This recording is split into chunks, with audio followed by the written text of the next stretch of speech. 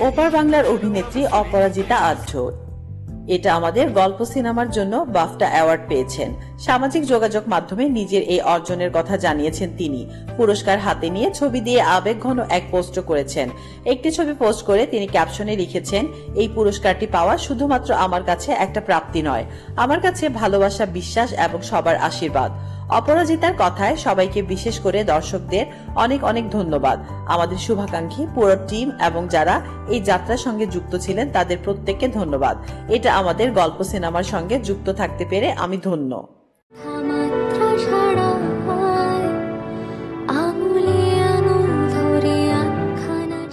অভিনেত্রীর ভাষ্যে, আমার আন্তরিক ধন্যবাদ পরিচালক মানসী সিনহা এবং প্রযোজক শুভঙ্কর মিত্রকে আমার উপর বিশ্বাস রাখার জন্য। এই পুরস্কার আমাকে আগামী দিনে আরো ভালো কাজ করার অনুপ্রেরণা দিল।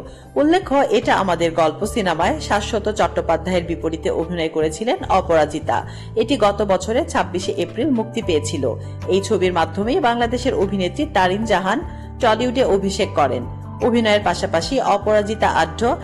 অভিনয়ের পাশাপাশি অপরাজিতা আঢ্য একটি ডান্স স্কুলও চালান, সেখানেও তিনি বেশ সক্রিয়। গত কয়েক বছর ধরে তিনি একান্নবর্তী, চিনির মতো সিনেমায় বৈচিত্র্যপূর্ণ চরিত্রে অভিনয় করে দর্শকদের মন জয় করেছেন। তাসলিমা আক্তার শিমু, SBS বাংলা।